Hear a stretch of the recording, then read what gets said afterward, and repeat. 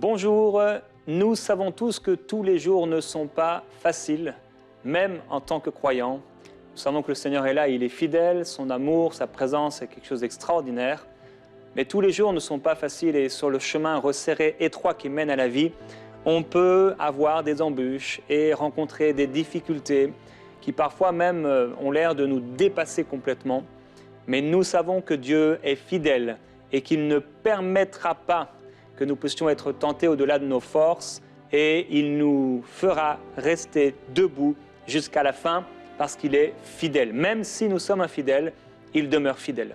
Et alors que nous sommes dans le chapitre 13 d'Hébreux, on a cette interpellation, cet appel de la part du Saint-Esprit de sortir à la rencontre du Seigneur, hors du camp, donc les systèmes de ce monde, pour aller donc vers Jésus. Et alors qu'on va vers Jésus, on entre sur un chemin où on va devoir supporter des choses et parfois supporter d'être humilié à cause de notre foi ou rencontrer des situations difficiles que nous n'aurions peut-être pas rencontrées si nous ne marchions pas avec le Seigneur. Parfois aussi, nous nous trompons sur les choses qui peuvent nous environner et nous avons l'impression, surtout lorsque nous venons d'accepter le Seigneur, que finalement, c'est beaucoup plus dur maintenant que nous avons rencontré le Seigneur qu'auparavant. Le peuple d'Israël, c'est ce qu'il a pensé. Ils étaient en Égypte et en Égypte, ils étaient esclaves. C'était une vie misérable et terrible. Ils ne vivaient pas dans l'abondance, mais au contraire, ils vivaient dans le manque. On les frappait, on les insultait, on les méprisait. C'était des esclaves. Une situation extrêmement difficile, de honte et de mépris pour les parents. Imaginez les enfants, toutes sortes de situations lamentables qui peuvent se retrouver lorsqu'on fait du mal à des personnes en les rendant esclaves.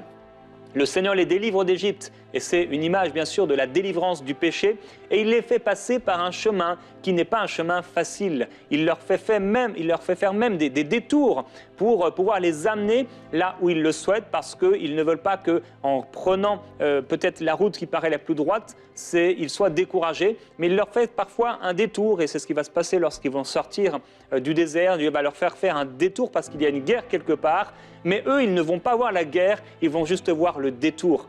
Et parfois, on prend des détours, on a l'impression de prendre des détours, et on peut être découragé, on peut même en vouloir, entre guillemets, à Dieu, ou certaines personnes en veulent à Dieu parce que se disent, mais pourquoi c'est si difficile? Et sur ce chemin, dans le désert, ils vont commencer à murmurer contre Moïse et contre le Seigneur. En réalité, ils murmurent contre Dieu directement, à propos de la viande, à propos de l'eau qu'ils n'ont pas.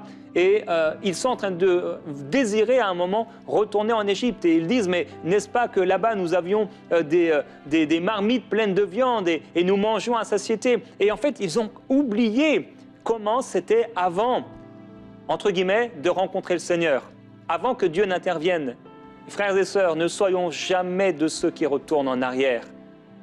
Ne retournons jamais à notre vomi.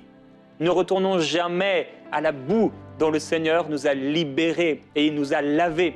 Mais nous devons savoir que oui, sur le chemin qui mène à la vie, il y aura des temps difficiles, il y aura des temps particuliers.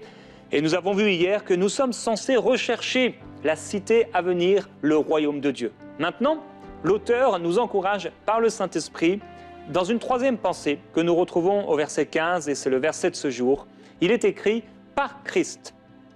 Offrons donc sans cesse à Dieu un sacrifice de louange, c'est-à-dire des lèvres qui confessent, ou le fruit de lèvres qui confessent son nom.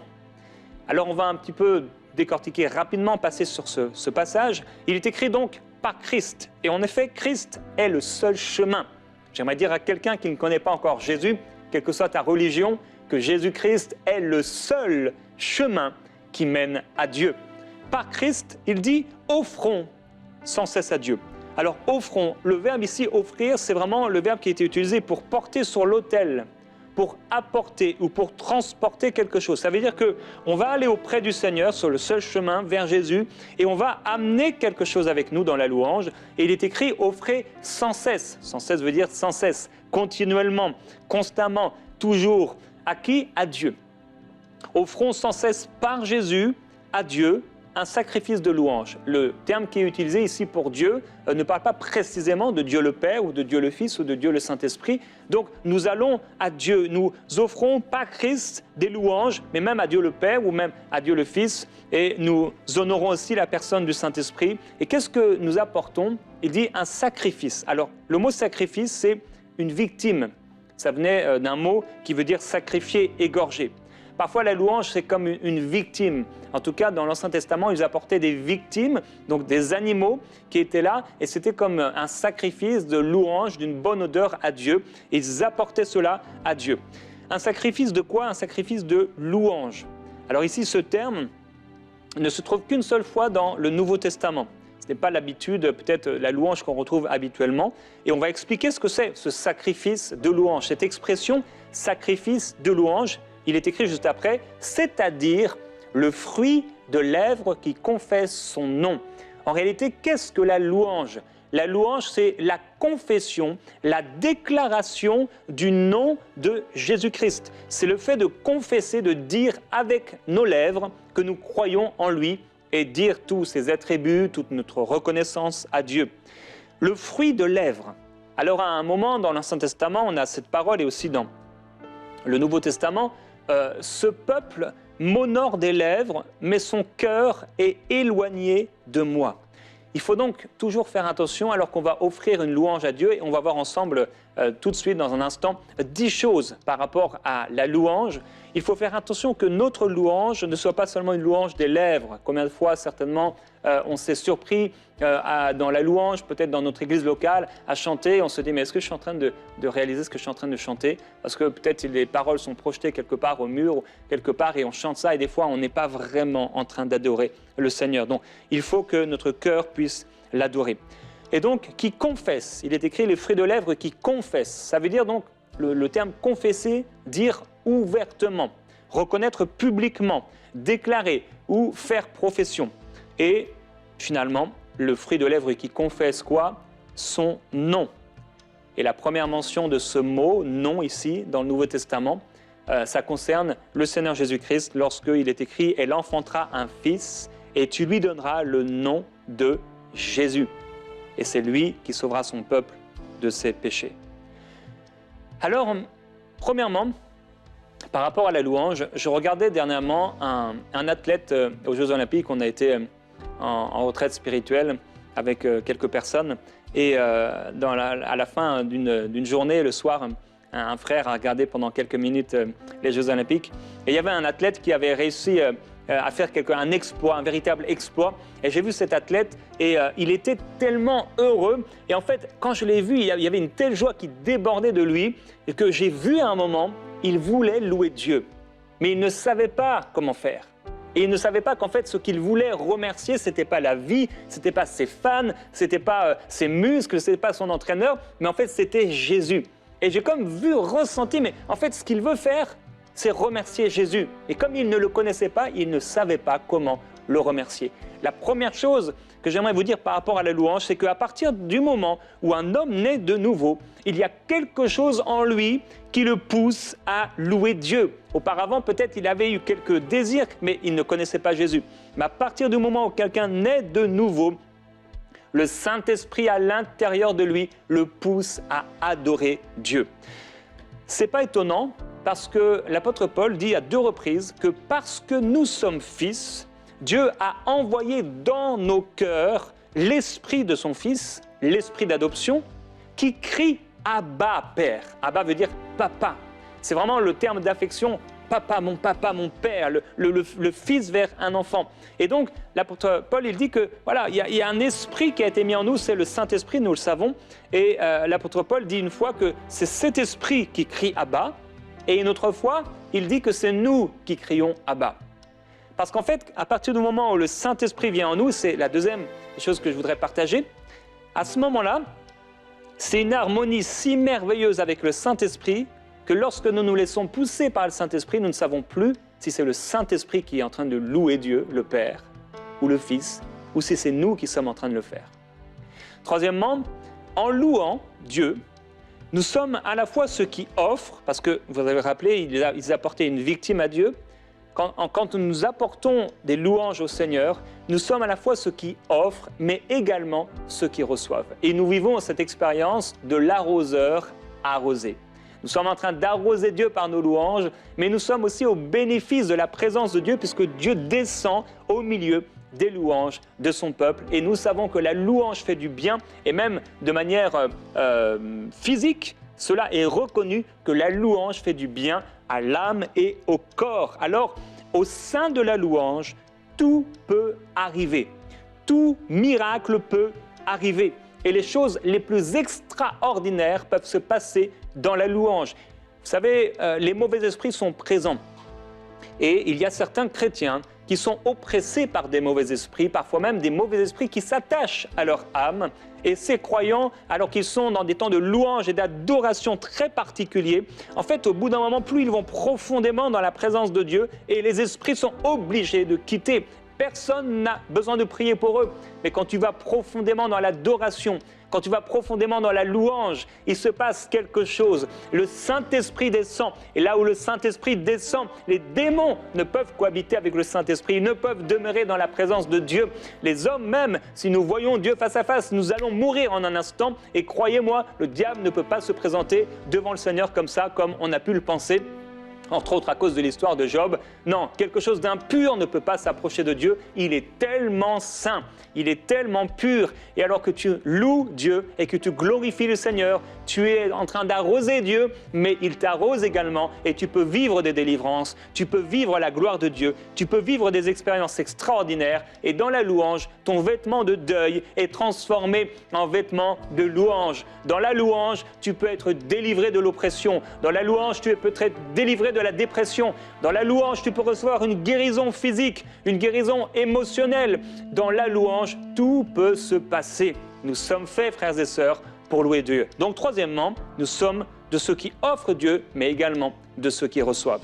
Quatrièmement, la louange, c'est la déclaration de ce que Dieu est et également de ce que Dieu fait. C'est la confession de ce qu'il est et de ce qu'il fait. Parfois, on a vu beaucoup de chants qui parlent de nous. Nous sommes plus que vainqueurs, nous sommes ceci, nous sommes le peuple de Dieu. C'est bien, ça fait partie de peut-être la prière ou la déclaration de notre foi, de ce que Dieu a fait pour nous.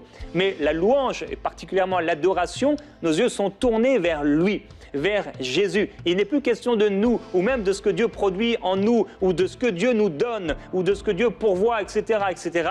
Mais il est question de lui. Nos yeux sont tournés vers lui. Notre cœur est tourné vers lui. Tout est porté vers lui, vers Jésus-Christ. Et le Saint-Esprit qui est à l'intérieur de nous pousse à adorer Jésus. La louange, c'est donc la déclaration de ce que Dieu est et de ce qu'il fait.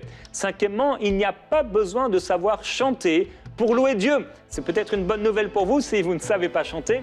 On n'a pas besoin de chanter bien pour louer Dieu parce que la louange n'est pas un chant. Non, la louange, c'est une déclaration. Même un muet peut louer Dieu sans avoir la faculté de pouvoir parler, puisque nous pouvons louer, adorer Dieu en esprit. Également, bien sûr, nous pouvons le faire en vérité, mais la vérité n'est pas seulement le fait de formuler quelque chose avec notre bouche, mais c'est la vérité de nos actions et de notre vie. Sixièmement, la louange, c'est un appel à la réponse du cœur de Dieu. Vous remarquerez comme moi que dans la parole de Dieu, Dieu n'est pas constamment ou même régulièrement en train de dire « adorez-moi ». Ni même Jésus, nous ne le retrouvons pas parmi ses disciples en train de leur dire « adorez-moi ». Mais en fait, il y a bien sûr un désir du cœur de Dieu, mais surtout une réponse de l'homme à louer l'Éternel. Par contre, nous retrouvons sans cesse dans la parole de Dieu des appels de la part de l'homme ou de la part des anges, des créatures de Dieu, à le louer. Il est écrit encore et encore, par exemple, dans les psaumes, « Louez l'Éternel, louez l'Éternel, louez l'Éternel ». La louange est un appel, une réponse à un appel du cœur de Dieu, de le louer et de le glorifier.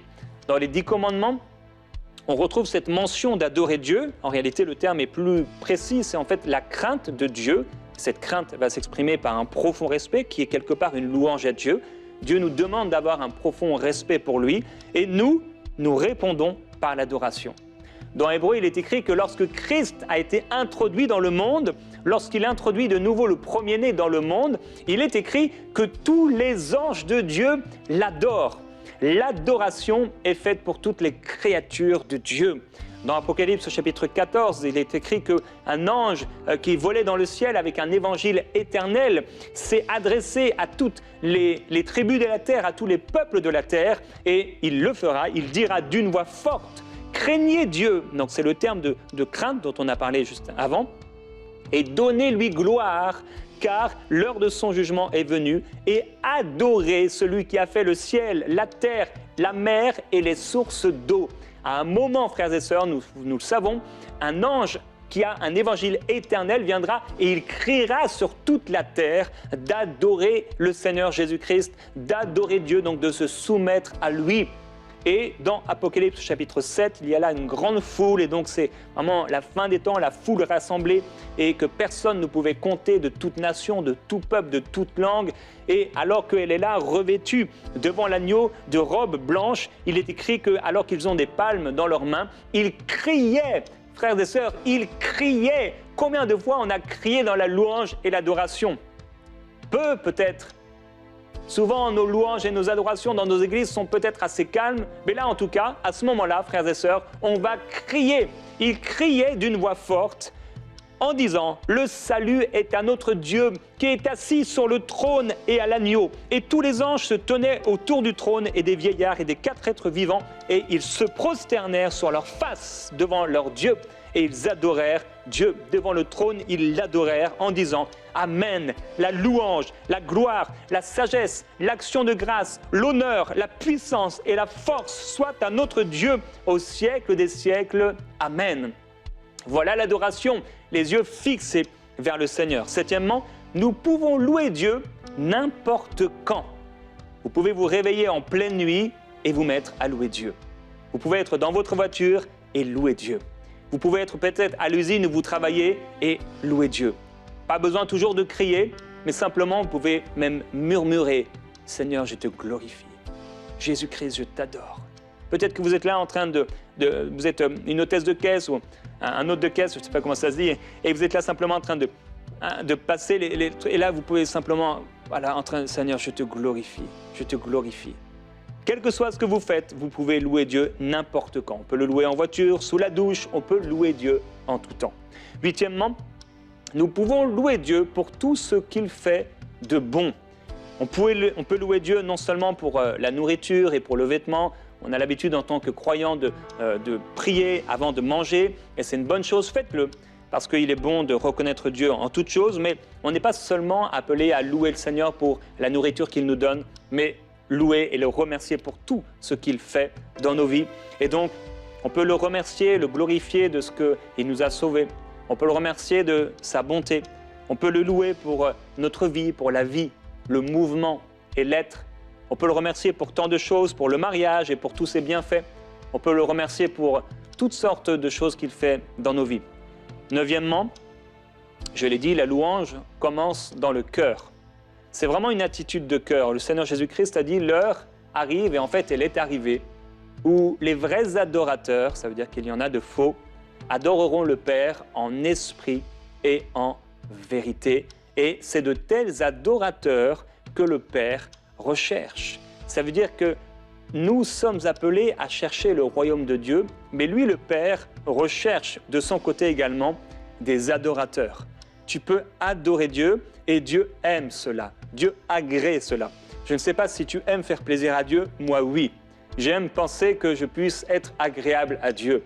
Mon désir, c'est d'être agréable à mon Seigneur qui m'a sauvé. Je veux lui plaire et je veux l'entendre me dire à la fin, non pas à cause de moi, mais juste parce qu'il aura eu du plaisir à cela, entre dans la joie de ton maître, bon et fidèle serviteur. Il dit, ce peuple m'honore des lèvres, mais son cœur est éloigné de moi. Que nos cœurs puissent s'approcher du Seigneur. Et dixièmement, nous pouvons louer Dieu, même pour les mauvaises choses de notre vie. Offrir un sacrifice de louange. Il est écrit, mes frères, regardez comme un sujet de joie complète les diverses épreuves auxquelles vous pouvez être exposés. Alors, je ne veux pas trop aller de loin dans cette pensée de remercier Dieu, même pour les mauvaises choses, mais je veux vous encourager par cette petite pensée en vous poussant à relâcher la pression. Parfois, il y a des mauvaises choses dans notre vie et nous prions pour que ces choses s'arrêtent et que ces choses s'éloignent. Si on pouvait peut-être un jour prendre le temps de dire « Seigneur, merci parce que oui, il y a des choses difficiles et je relâche la pression. Et je n'ai peut-être jamais pensé te remercier pour ces choses parce qu'en fait, elles ont l'air, ce sont des épreuves et j'en suis exposé. Mais la parole de Dieu déclare que je dois regarder ces choses comme un sujet de joie. » Surtout, bien sûr, il est parlé de persécution, donc en réponse à notre foi. Remerciez Dieu pour ces choses, non en étant défaitiste, mais en relâchant cette chose, croyant de tout votre cœur que Dieu est capable de tout faire concourir à votre bien et de changer cette chose pour votre plus grand bonheur. Alors j'ai dit, tout homme naît de nouveau, et à partir du moment où nous naissons de nouveau, il y a quelque chose en nous qui nous pousse à louer Dieu.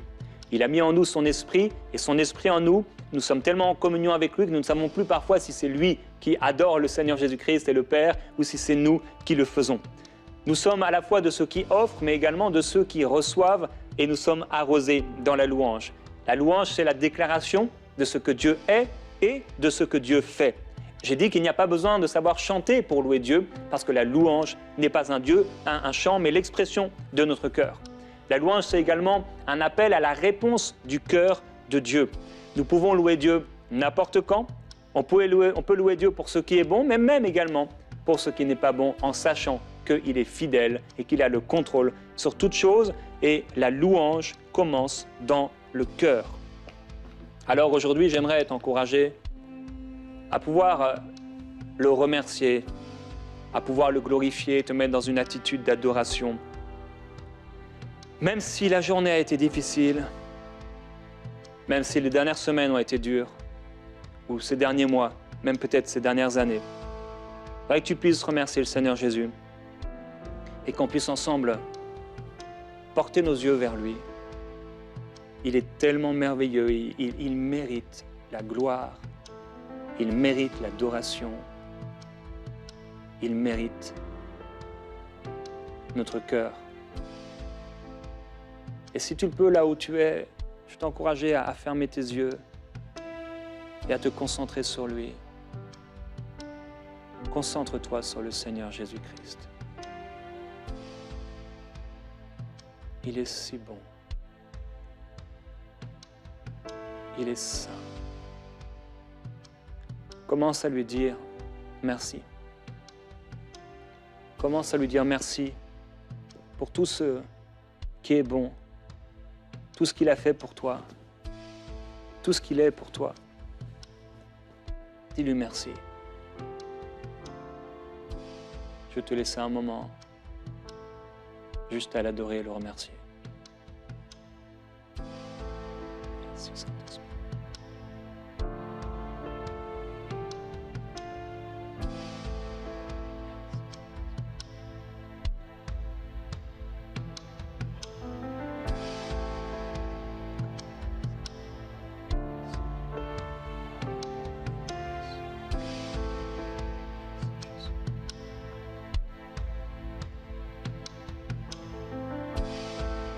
Oui, Seigneur, merci. Merci ton amour, pour ton amour pour nous, pour ta bonté à notre égard, pour ta patience, pour ta fidélité, pour les forces que tu nous donnes, la provision. Tu es grand, Seigneur. Maintenant, commence à dire ce qu'il est pour toi. Commence à lui dire qui il est pour toi. Seigneur, tu es grand. Tu es puissant, tu es mon amoureux, tu es ma vie, tu es mon bonheur, tu es ma joie, tu es mon espérance. Commence à lui dire qui il est pour toi.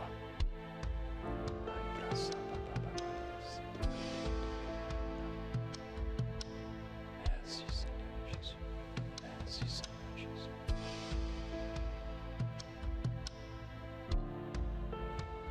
Tu es saint, Seigneur.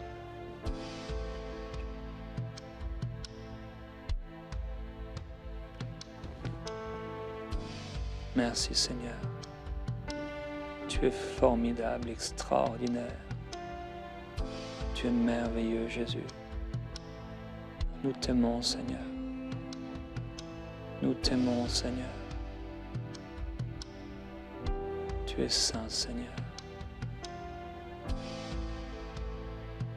Fixe tes yeux sur lui. Fixons nos yeux sur Jésus maintenant. Ce qu'il a fait pour nous. Ce qu'il est. Fixons nos yeux sur le Père. Comment il est bon, comment il a pensé à nous. Nous t'aimons, Seigneur.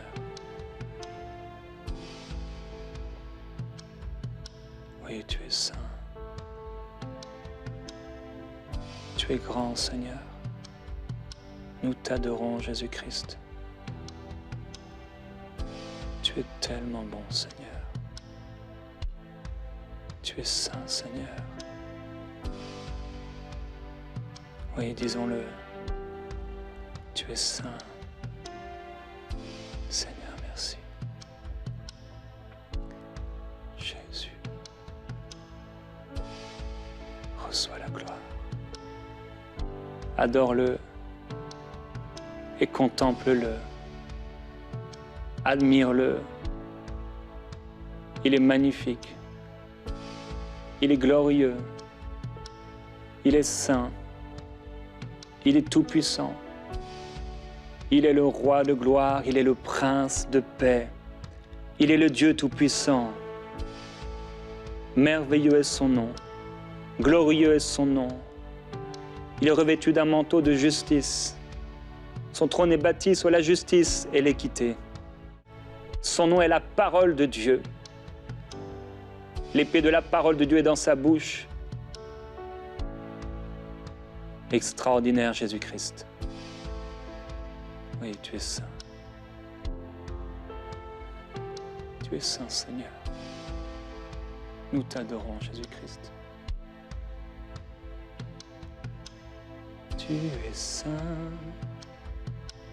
Tu es le Dieu trois fois saint.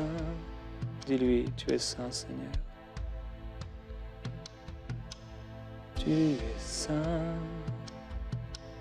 Tu es le Dieu trois fois saint. Il est merveilleux, il est glorieux. Tu es saint. Tu es le Dieu trois fois saint. Que cette parole résonne dans ton cœur et te poursuive pendant le reste de ta journée ou de la nuit.